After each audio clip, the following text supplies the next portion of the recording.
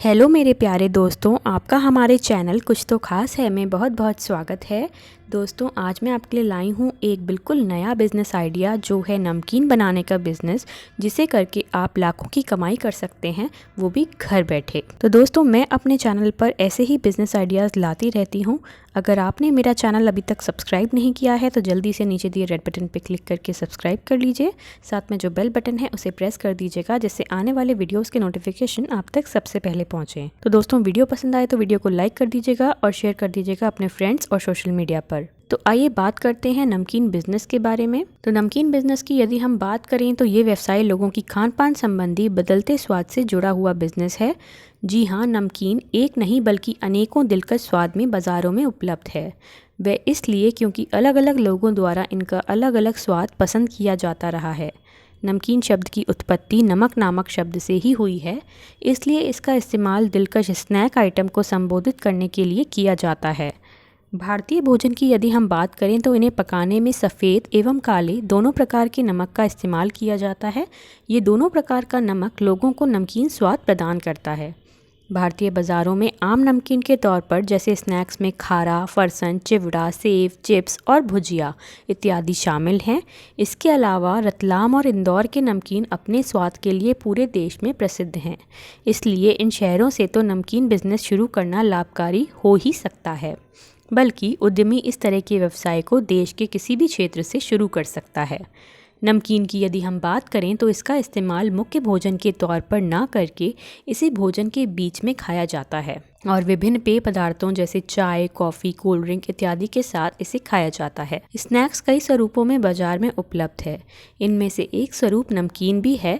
इनमें पैक किए गए नमकीन एवं खुले नमकीन इत्यादि शामिल हैं। परंपरागत रूप से नमकीन को घरों पर उपलब्ध सामान से ही बनाया जाता है। इनमें आटा, दाल, ड्राई फ्रूट, सब्जी, फल इत्यादि शामिल हैं।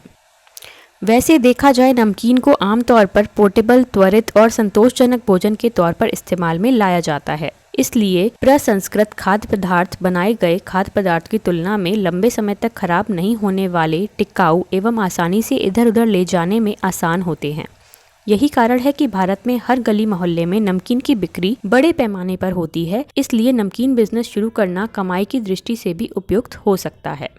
एक्सट्रूडेड स्नैक्स में नमकीन एक बेहद प्रमुख श्रेणी है और नमकीन का बाजार संगठित एवं असंगठित दोनों क्षेत्रों में विभाजित है। संगठित क्षेत्र के कुछ ही बड़े नाम हैं जो नमकीन बिजनेस कर रहे हैं। इसलिए कुल मिलाकर देखा जाए तो नमकीन के बाजार पर असंगठित क्षेत्रों का कब्जा है। एक आंकड़े के मुताबिक भारत की नमकीन मार्केट 2024 तक 1 बिलियन रुपयों से भी अधिक की हो जाएगी। भविष्य में भारत की नमकीन मार्केट की स्थिति क्या होगी, उसका अंदाज़ा इस बात से लगाया जा सकता है कि 2024 तक इसके दोहरे अंक के CAGR के साथ बढ़ने की संभावना है।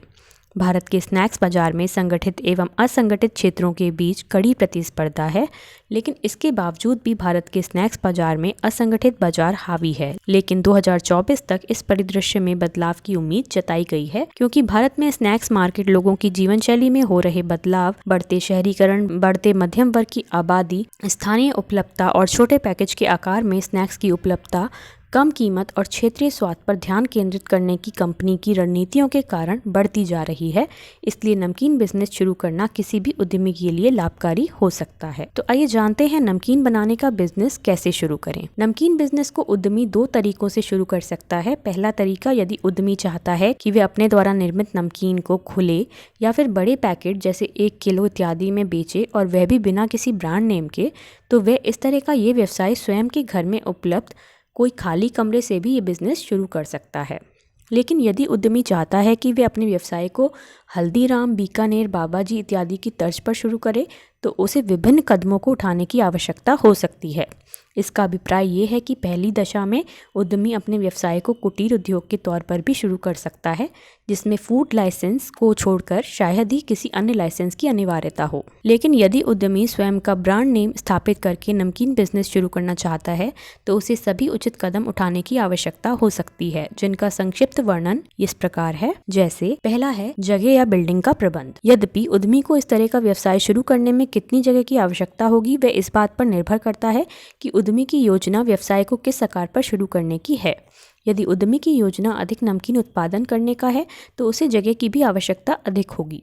लेकिन यदि उद्यमी की योजना कम उत्पादन क्षमता का प्लांट स्थापित करने की है तो उसे स्वाभाविक है कि जगह की आवश्यकता भी कम ही होगी। अब चूंकि उद्यमी को इस परिसर में न सिर्फ कार्यस्थल के लिए जगह की आवश्यकता होती है बल्कि नमकीन बिजनेस में इस्तेमाल में लाए जाने वाले कच्चे माल को स्टोर करने के लिए स्टोर और उत्पादित उत्पाद को रखने के लिए स्टोर, इन्वेंट्री रूम, ऑफिस इत्यादि की भी आवश्यकता हो सकती है।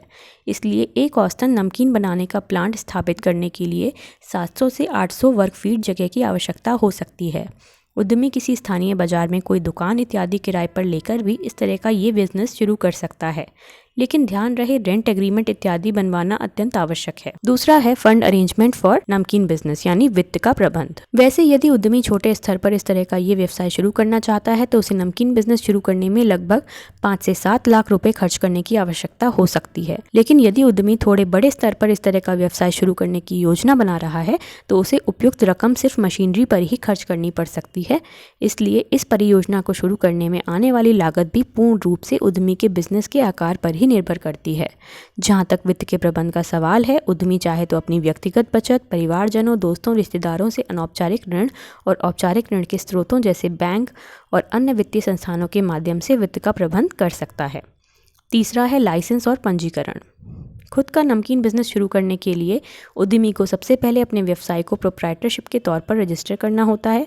हालांकि शुरुआती दौर में जीएसटी रजिस्ट्रेशन की अनिवार्यता तो नहीं होगी, लेकिन इनवॉइस इत्यादि जनरेट करने के लिए उद्यमी चाहे तो वॉलंटरी रजिस्ट्रेशन करवा सकता है। चूंकि ये खाद्य पदार्थ से जुड़ा हुआ व्यवसाय है इसलिए फूड लाइसेंस की भी आवश्यकता होगी।